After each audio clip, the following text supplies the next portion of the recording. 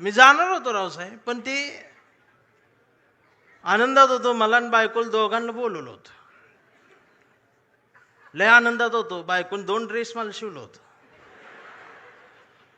आणि ते काय केम्ब्रिजला बोलवलं होतं. ती बायको आमची युट्यूबला रोज केम्ब्रिज टाकून बघायची. ती मला दाखवायची, इथं चहा घेऊ, इथं कॉफी. म्हटलं तू लिहून ठेव, गेल्यावर करू.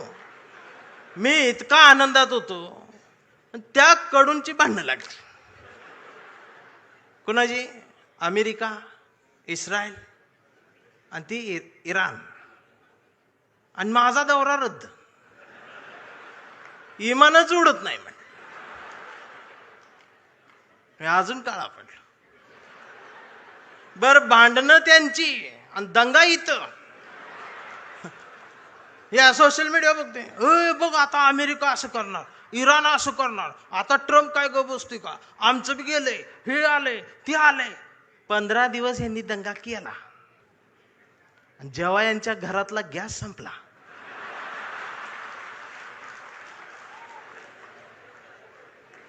त्यावेळेला बीकॉम झालेली बायको पहिल्यांदाच चुलीजवळ आली.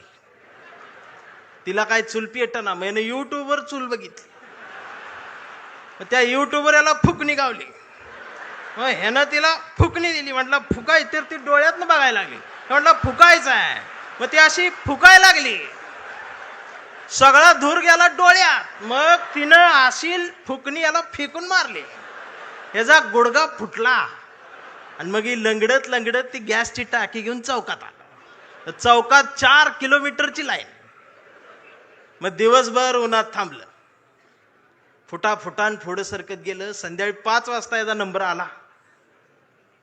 आणि ती पुढं नंबर आल्यावर संध्याकाळी ती काउंटरवरची मुलगी म्हटली, DAC नंबर असेल तरच या, 45 दिवसानंतर बुकिंग होईल, 60 दिवसांनी मिळेल. याच्या लक्षात आलं 60 दिवस गुडगा फुटणार. त्यानं असं डोळं झाकलं, गार वाऱ्याची झुळूक आली. मग यो म्हटला, जगाला युद्धाची नाही, बुद्धाची गरज. कधी चुलीत लाकडं गेल्या. अहो, आमचं उपमुख्यमंत्री शिंदे साहेब सुद्धा टीव्हीवर पहिल्यांदाच नाव घेतलं, कधीच नाव घेतलं नव्हतं बुद्धाचं.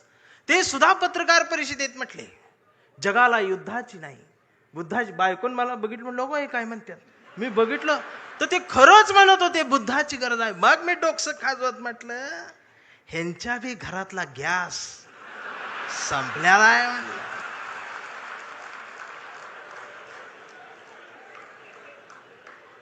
साधना आहे त्यासाठी. एक दिवस तुमच्या घरातल्या अब्रूला हात घालल ना, त्यावेळेला तुम्हाला आमच्या आठवणी येतील. खराचं प्रकरण ज्यावेळी टीव्हीवर आलं, महाराष्ट्र हादरला, त्यावेळेला महाराष्ट्राच्या मनात नाही तर अख्ख्या देशाच्या मनात एकच नाव आलं, डॉक्टर नरेंद्र दाभोळकर. खऱ्यापणाने लढणारी माणसं महाराष्ट्रात तेव्हाही होती, आजही आहेत, उद्याही असतील. आणि शिवसेना कायम खऱ्या माणसांसोबत मैदानात आहे, ती उद्याही राहणार आहे,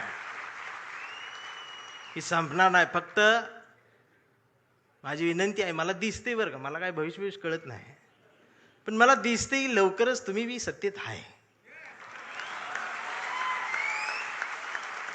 फक्त माझी विनंती साहेब एवढीच आहे, जेवढी गेले ती त्यातलं परत यायला बघत्याल, अजिबात नाही घ्यायची.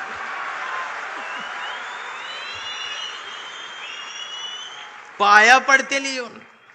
त्यांचं दुःख आहे हो, त्यांना तुम्ही शिव्या देऊ नका, मला माहित आहे. दररोज उद्घाटन करतात, दररोज सत्कार करतात, पण घरी गेल्यावर दार लावून रडतात. हे मग तर मलाच माहित आहे. दार लावून साहेबांचं नाव घेऊन रडतात. मी म्हणतोय त्यांना, मी येऊ खांदा द्यायला नको. मी काय भीत नाही, सत्तेला भीत नाही, पण मी एवढा आहे, मी माझी कविता घेऊन आलोय. पाखरांच्या चोची मधला घास व्हावी कविता, पहिला आणि शेवटचा श्वास व्हावी कविता, कोसळावेत थेंब भुईत मातीचा वास व्हावी कविता, उगवावा पिंपळ एक प्रवास व्हावी कविता, त्याच पिंपळाच्या सावलीला मानवतेचे गीत गाणारी बुद्ध व्हावी कविता, मी करावे पाखरांच्या हवाली तिला मग शुद्ध व्हावी कविता, हिंदूंच्या कंठामध्ये सलाम अलिकम सलाम व्हावी कविता, मुस्लिमांच्या भाळावरचा नाम व्हावी कविता, मंदिर मशीद बांधणाऱ्यांच्या कपाळाचा घाम व्हावी कविता, इंद्रायणीत तरलेला तुकाराम व्हावी कविता, आणि या देशाच्या मातीत विज्ञान पेरणारी अब्दुल कलाम ही व्हावी कविता. ही कविता प्रबोधनकार ठाकरेंच्या विचारांच्या वारसदारांकडूनच येऊ शकते. आमच्या लक्षात येत नाही. आम्ही कुणाजवळ जाऊन बसावं आणि कुठून उठून जावं, ह्याला ज्याला जमलं त्यालाच आयुष्य कळलं. जाणारच आहे ना एकदा तरी. काय राहणार आहे तुमचं? अख्ख्या महाराष्ट्राच्या मनावर राज्य करणारा, हृदयाच्या कप्प्यात बंद झालेला आमचा अजितदादा सारखा नेता अचानक गेलाच ना. काय नेलं सोबत? आणि दादा गेल्या दिवशी दुसऱ्या दिवशी कुटुंब शपथा घेत होतं पण मंत्रीपदाच्या. हा विनोद नाही, हा विनोद नाही, ही वेदना आहे, पर्याय नाही. काय राहते आमचं? आज कितीतरी अधिकारी भ्रष्टाचारात हे आहेत ते आहेत. समोर एखादं वंचित पिचलेलं येतं ना, त्याच्यासाठी कुणाचाच फोन येत नाही, त्याच्यासाठी कुणीच फोन करत नाही, त्याच्यासाठी कुणीच दबाव टाकत नाही. जर अधिकाऱ्यांनो तुम्ही फक्त त्याला बसवून पाणी प्यायला दिलं आणि कुणाचाच फोन न येतात जर त्याचं काम केलं ना, तर संध्याकाळी स्वाभिमानाची झोप लागते. याचा विसर पडला म्हणून बाळासाहेब ठाकरेंना कुंचला सोडून ही बोट उचलावं लागलं. प्रत्येक काळात बाळासाहेब कुठे येणार आहेत? त्यांचे विचार आहेत, आम्हाला ते घ्यायचं आहे. 40-50 वर्षापूर्वीचा जो शिवसैनिकाचा दरारा होता ना, तो दरारा पाहिजे मला परत मुंबईत आल्यावर. आवाज पाहिजे, त्याची नजर पाहिजे. छत्रपती शिवाजी महाराज, त्यांचं नाव घेऊन राजकारण, किती उंचीचा पुतळा, यावर तुमचं प्रेम, ती बी वाऱ्यान पडते आणि मग ती तुकडे होऊन पडतात आणि मग ही आमची लगेच रडते. महाराज पुतळ्यात महाराजांना बघायची सवय लागली. हेच झालं ना आमच्या महापुरुषांच्या बाबतीत. अगदी 4-5 वर्षाસુધી महाराष्ट्रात सकाळ आली, शुभ शिव सकाळ, भगवा झेंडा आला असा. मी डोकसं खाजवत म्हटले ही सकाळ कुठनं आली?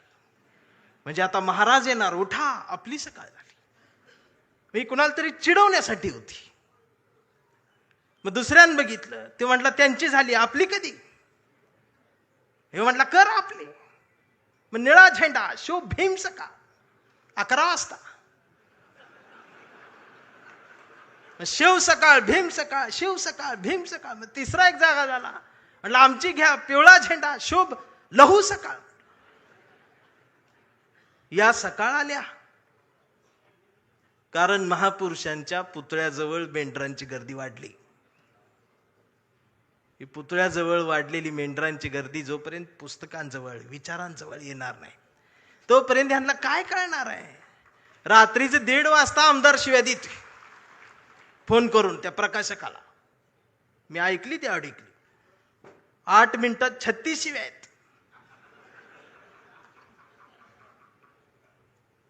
स्ट्राईक रेट काढला तर 400च आहे.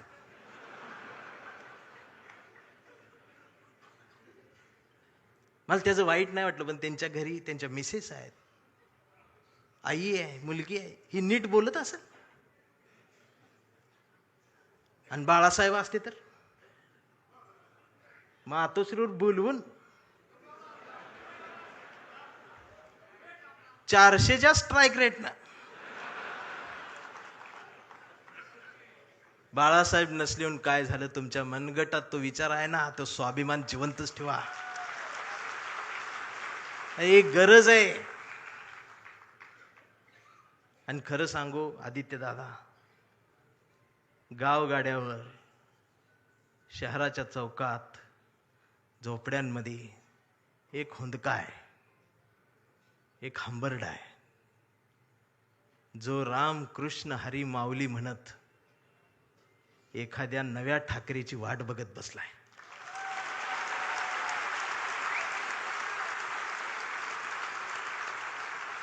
आणि ती पोकळी भरून काढण्याचं काम, भरीव काम आता तुम्ही करायला सुरुवात करावी. हा शिवसैनिकासोबत माझ्यातला भीमसैनिक सुद्धा तुमच्यासाठी मैदानात उतरणार. कुठपर्यंत आम्ही एकमेकांशी भांडत बसायचं? जर शिवाजीनगर मधून समतेचा आणि मैत्रीचा हात जर माझ्यासाठी दोस्तीचा हात येत असेल, तर आंबेडकर नगर मधून माझा सुद्धा हात मैत्रीचा तुमच्यासाठी पुढे यायला पाहिजे. आणि हा देश संविधानाचा आहे ना, मी हिरव्यांचा आहे, निळ्याचा आहे, ना मी भगव्याचा आहे. मी भगव्याचा आहे. कुठल्या भगव्याचा? मी वारकऱ्यांच्या भगव्याचा आहे. मी बाळासाहेबांनी शिवसैनिकांच्या हातात जो भगवा दिलाय, मी त्या भगव्याचा आहे. मी तो भगवा घेऊन आलोय, पण त्याच्या सोबत मी या देशाचा तिरंगा सुद्धा आज घेऊन आलोय. आणि मला काय करायचं ती करा. या देशाच्या संविधानाला तिरंग्याला जरी साधं नख लागायचा प्रयत्न जर कोणी केला, तर माझा ह्यो काळा रंग तुमच्यात मिसळून जाईल. आता ही भाषाच कळत नाही यांना, वैचारिकपणच राहिलं नाही. राऊत साहेब लगेच मारतेत, अंगावरच येते, शाईच टाकायला देश आहे. परवा एका कार्यक्रम सुरू करायच्या आधी ती DYSP माझ्याकडे आली, म्हटले भाषण करू नका. म्हटलं काय झालं? काही संघटना तुमच्यावर शाई टाकायला. मी म्हटलं मी लय लांब आलोय, करू देते. बाजूला ते कॉन्स्टेबल बघत होत माझ्यावर, ते हसायला लागलं मला बघून. म्हटलं काय झालं, का हसताय? तर म्हटले तुमचं तोंड काळ करणार आहे. मी म्हटलं साहेब बोलू दे 2 मिनिटं. तर ते म्हटले तुमच्या रिस्कवर बोलणार का? मी म्हटलं अहो आम्ही जन्माला येतानाच आमच्या रिस्कवर आलोय.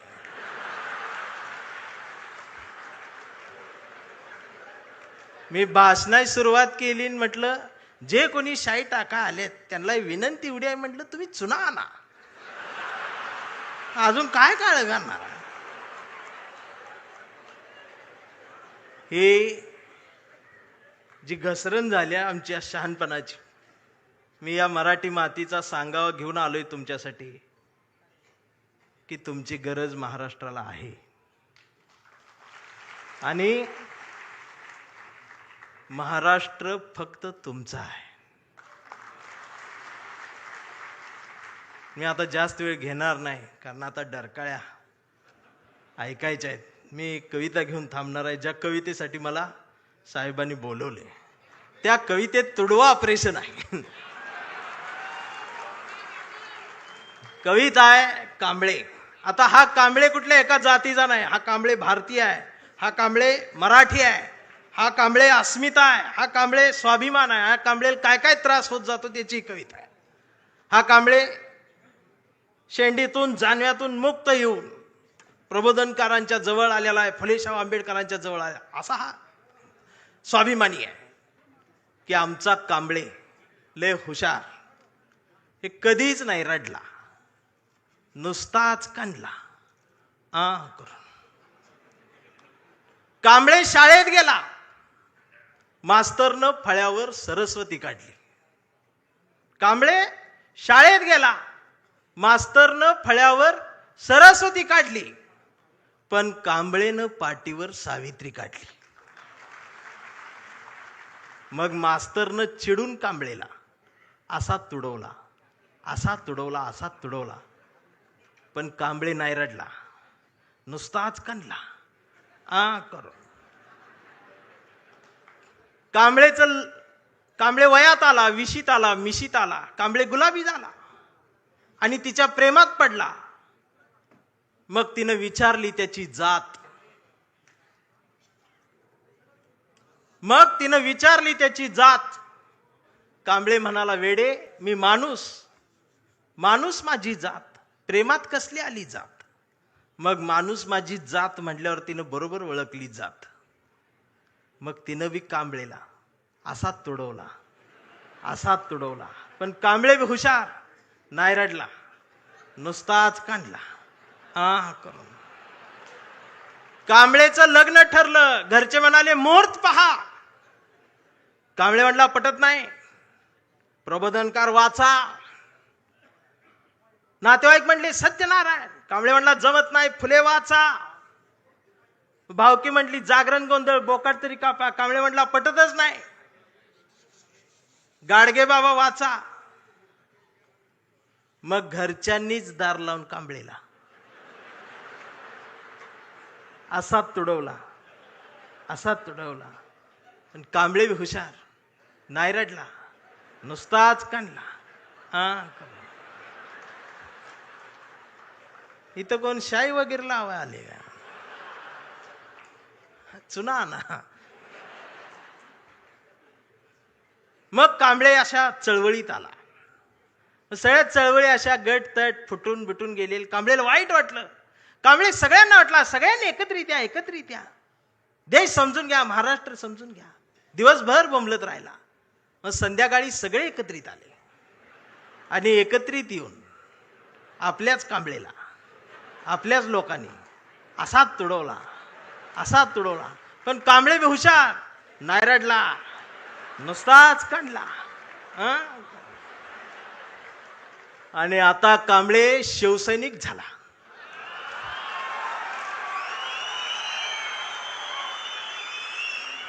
आता कांबळे शिवसैनिक झाला, शहाणा झाला,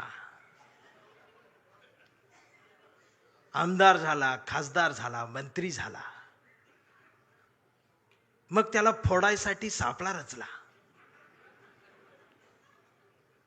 त्याला बुलवून बुलवून घेतलं, कांबळे नाही गेला. तो ऐकत नाही म्हणून त्याला मग जेलमध्ये टाकला. तिथं सुद्धा ईडीनं त्याला असा तुडवला. पण कांबळे तिथं बी नाही रडला, नुसताच काढला. आणि असा भगवा फडकवत जेलमधनं बाहेर आला. अरे, महाराष्ट्राच्या इतिहासातला सुवर्ण अक्षरांनी, सोनेरी अक्षरांनी लिहिणारा जाणार तो इतिहास आहे. तो शिवसैनिक ज्या वेळेला न झुकता बाहेर आला ना, तो नाद नाही आमच्या रावसाहेबांचा, नादच नाही. आता कांबळे वयस्कर झाला. त्याच्या परवा ते सोशल मीडियावर येडं झालेले. ते सोशल मीडियावर कोण आहे, निसर्ग चित्र येतं, त्याच्यावर लिहिलेलं असतं 70% डोळे बारीक करा. हे बारीक करतात आणि त्याच्यात येतं स्वामी दिसले, पाया पडते. तो 70% डोळे बारीक करून स्वामी बघणाऱ्यांची जमात वाढली साहेब. अजून 30% डोळे उघडे आहेत ना, ती सुद्धा पूर्ण बंद व्हायच्या आधी उघडा, नाहीतर खरात घरात घुसल. आणि असं बोलल्यावर मला मारते.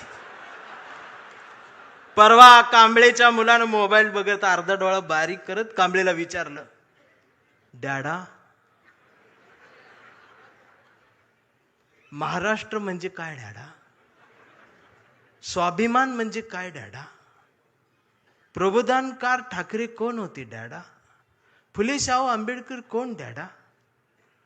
आणि शिवाजी महाराज खरंच जन्माला आले होते डॅडा? आता मात्र कांबळे पेटला. अरार म्हणला, गावभर पेरलं आणि घरातच नाही उगवलं. म्हणून त्यानं दार लावून पोरालाच असाच तुडवला, असाच तुडवला. पण चिरंजीव कांबळे हुशार, तो पण नाही रडला, तो दोनदा काढला करून. मग याच्या लक्षात आलं, डीएनए मधनं ही डबल जात. विचार ही स्वाभिमानातनच द्यायला लागत असतात. आणि आता कांबळे वेडा झालाय. कांबळे वेड्यांच्या दवाखान्यात आहे. व्यवस्थेने त्याला वेडा ठरवलंय. कांबळे वेड्यासारखं स्वाभिमान म्हणतो, कांबळे वेड्यासारखं निष्ठा म्हणतो, कांबळे वेड्यासारखं संघटन म्हणतो, कांबळे वेड्यासारखं मराठी म्हणतो, कांबळे वेड्यासारखं भारत म्हणतो, कांबळे वेड्यासारखं शिवराय ते भीमराय सांगतो. पण डॉक्टर सुद्धा कांबळेला श्वाक देऊन तुडवतायत. पण कांबळे नाही रडत, तो नुसताच कंथी हा करून.